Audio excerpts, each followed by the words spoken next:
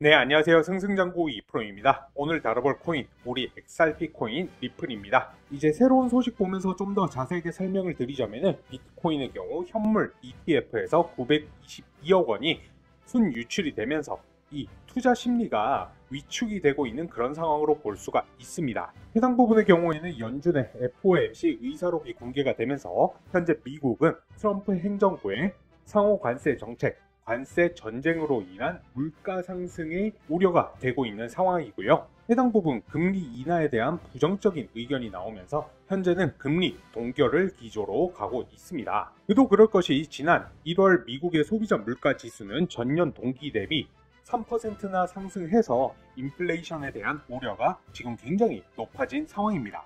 이로 인해서 투자 심리가 약해져서 전반적인 코인 시장이 침체가 되고 있는 그런 상황이라고 봐주시면 좋으실 것 같고요. 자, 본론으로 돌아와서 우리 XRP 코인 리플의 경우 어제 갑자기 6% 이상 급등을 하면서 드디어 장기 추세선 위로 올라오면서 지금 현재도 그 모습을 지켜주려고 하는데요. 어제 이렇게 우리 XRP가 급등했었던 데에는 다 이유가 있었습니다. 바로 트럼프 대통령이 직접 그의 SNS를 통해 리플 관련 기사를 공유를 했었던 것인데요. 해당 링크 같은 경우에는 제가 본문에 적어 놓도록 하겠습니다.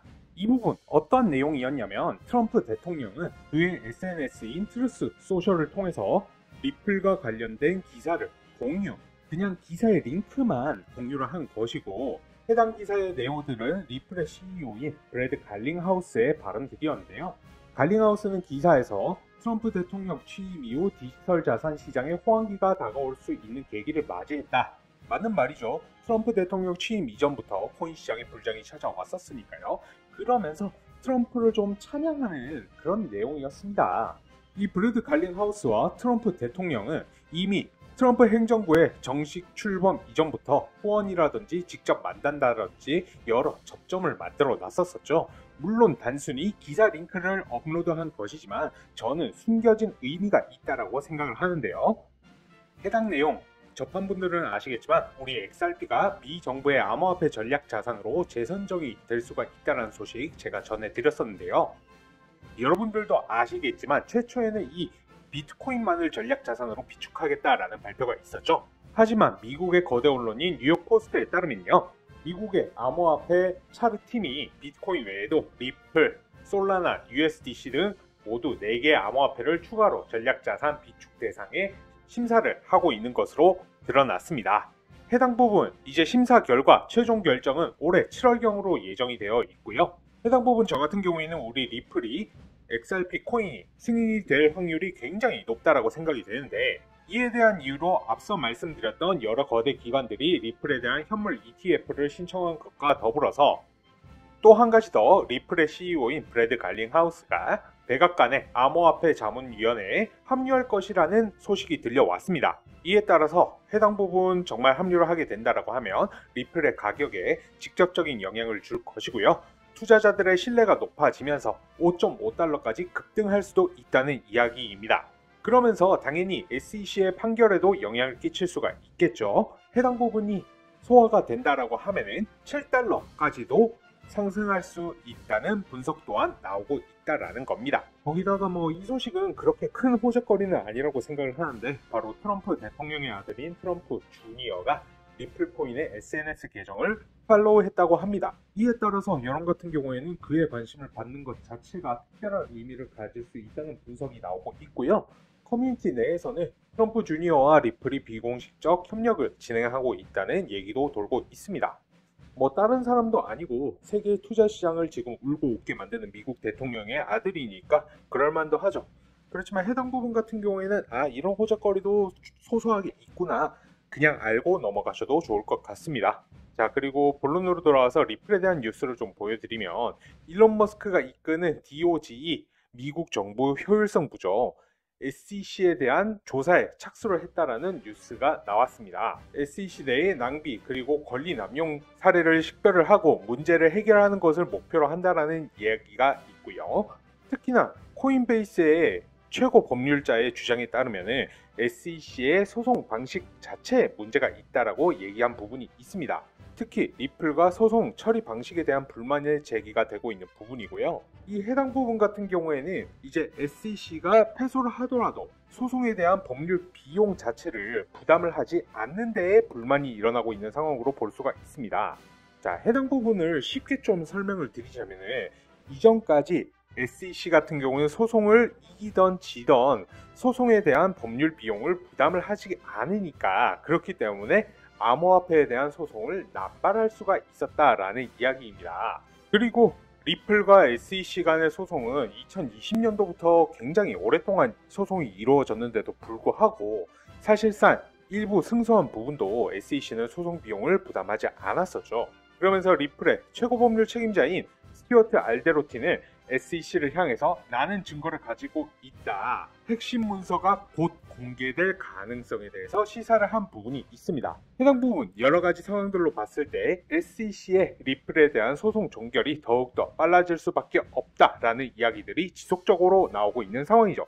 물론 현재는 연준의 금리 인상 우려로 인해서 시장이 조정을 받고는 있습니다. 여기에 맞춰서 우리 리플도 같이 조정을 받고 있는 그런 상황이기는 한데요. 현재 리플의 조정 구간에도 불구하고 우리 XRP 코인 리플 같은 경우에는 신규 자금 유입이 계속해서 들어오고 있는 상황입니다. 무려 850만 달러가 유입이 되었다라고 하는데요. 자, 이 부분은 미국의 기관 투자자들이 연준이 금리 정책에 민감하게 반응을 하고 있기는 하지만 리플 같은 경우에는 꾸준히 저점 매수를 유지를 하고 있다라는 겁니다. 이 부분은 어떤 것을 시사를 할까요?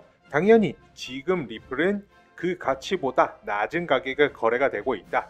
지금이 저점이다 라고 제가 말씀드리는 게 아니라 이 미국의 기관 투자자들이 실제로 보여주고 있다라는 것입니다. 자, 그리고 좀 전에 나온 뉴스인데 SEC가 암호화폐 소송 담당자를 전격적으로 교체를 한다라는 뉴스가 나왔습니다. 해당 부분 업계와 화해하려는 움직임이라는 여론이 같이 나오고 있는 상황이고요.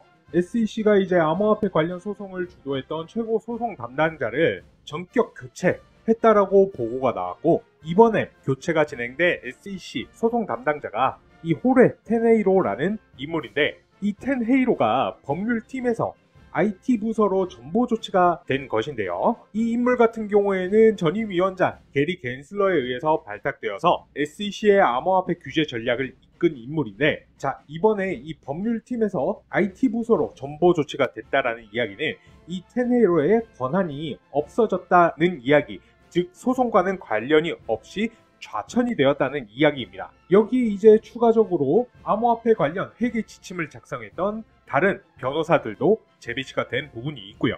자, 이번에 이 SEC가 또 다른 움직임, 암호화폐 소송 담당자도 전격으로 교체를 하면서 이제 리플과 SEC 간의 관계도 훨씬 더 좋아질 것으로 예상되고 있습니다.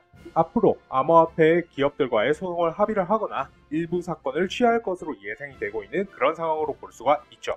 해당 부분 같은 경우에는 당연하죠. 애초에 트럼프 대통령이 암호화폐 규제 완화가 후보자였던 시절부터 강력하게 내세웠던 공약이었으니까요. 그리고 최근에 코인을 새롭게 시작을 하신 신규 투자자분들도 굉장히 많으시죠. 제 영상 시청하시는 시청자분들께서도 후보분들이 많으실 텐데요. 그렇기 때문에 저희 채널에서 운영하는 무료 소통방에 참여하시는 모든 분들께 코인 초보자분들도 도움이 될 수 있는 코인의 기초부터 심화까지 제 노하우를 담아서 만든 코인 투자 자료집을 무료로 같이 배포를 해드리고 있습니다. 기본적으로는 코인 용어부터 시작을 해서 추세선, 이평선, 거래량, 혹은 볼린저 밴드, RSI, MACD 등 보조지표를 활용해서 수익 날 수 있는 매수 매도 방법, 엘리어트 파동 이론이나 일목균형표, 그리고 피보나치 되돌림, 여러가지 이론을 실전에서 여러분들이 어떻게 활용을 해야 실제로 수익을 볼 수가 있는지, 그동안 제가 투자를 하면서 느꼈던 부분이나 여러가지 노하우를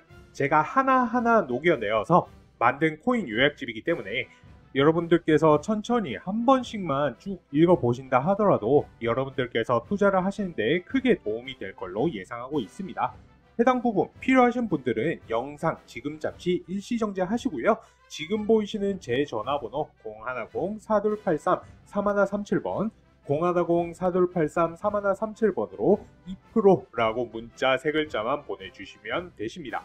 저 같은 경우에는 기본적으로 중장기 코인들, 오늘 다룬 리플이라든지 이더, 비트코인 같은 것들 빅사이클을 먹으려고 들어가는 거예요. 저점에서 사서 비쌀 때 팔고 또 눌렸을 때 상승 추세 전환 나오면은 다시 들어가고 중간중간 단타 단기도 하고요. 그리고 오늘 보여드렸던 기법적인 부분, 예를 들어서 피보나치 되돌림이라든지 MACD 지표 이런 부분에 대해서도 다 다뤄드리고 있습니다. 제가 영상에서도 말씀 몇 번 드렸었는데 여러분들이 그동안 해오던 매매 습관대로 매매를 하시면 손실을 보실 수밖에 없어요. 제 영상을 아무리 열심히 보시더라도요. 누가 이제 떨어지는데 음봉에서 들어갈 생각을 할 수 있겠습니까? 그거는 개미들은 어쩔 수가 없어요. 그래서 저는 여러분들이 이제부터는 투자를 좀 다르게 했으면 좋겠습니다. 이런 부분에 대해서 좀 나는 도움을 받고 싶다, 공부해보고 싶다, 제 채널에서 운영하는 정보방, 소통방 들어와 보시면 좋으실 것 같고요. 그리고 계속해서 말씀드리지만 비싸게 사서 싸게 팔지 마시고요. 싸게 사서 비싸게 파세요. 욕심 부리지 말고요. 떠난 버스는 돌아오지가 않습니다. 이때 살 걸, 그때 팔 걸 하다가 코인 하지 말 걸 되는 거예요. 조금이라도 꾸준한 수익을 보시는 게 중요합니다. 꾸준히 수익 내는 방향으로 가셔야지만 경제적 자유를 달성할 수 있다. 아시겠죠?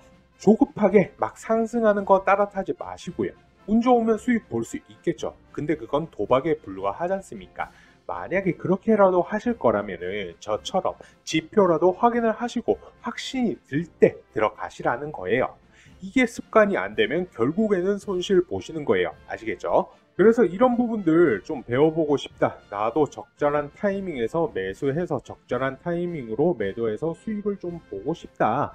그리고 중간중간 중장기 코인들 잘 가다가 눌리는 상황에서 내가 단타, 단기로 수익도 내보고 시드도 늘리고 싶으시다 하시면은 제가 안내드리는 저희 소통방에 들어와 보시는 걸 추천을 드립니다. 그래서 입장하시는 방법 간단합니다. 저한테 문자로 2%라고 문자 남겨주시면 됩니다.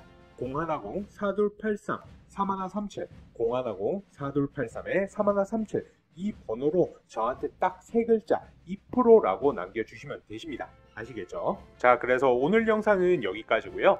유익하셨다면 구독과 좋아요, 댓글 한 번씩 부탁드리면서 다른 건 몰라도 좋아요는 꼭 한 번씩 부탁을 드리겠습니다. 이번 영상은 여기까지 하도록 하겠고요. 다음번에 더 좋은 영상으로 찾아올 수 있도록 하겠습니다. 시청하시느라 수고 많으셨습니다. 감사합니다.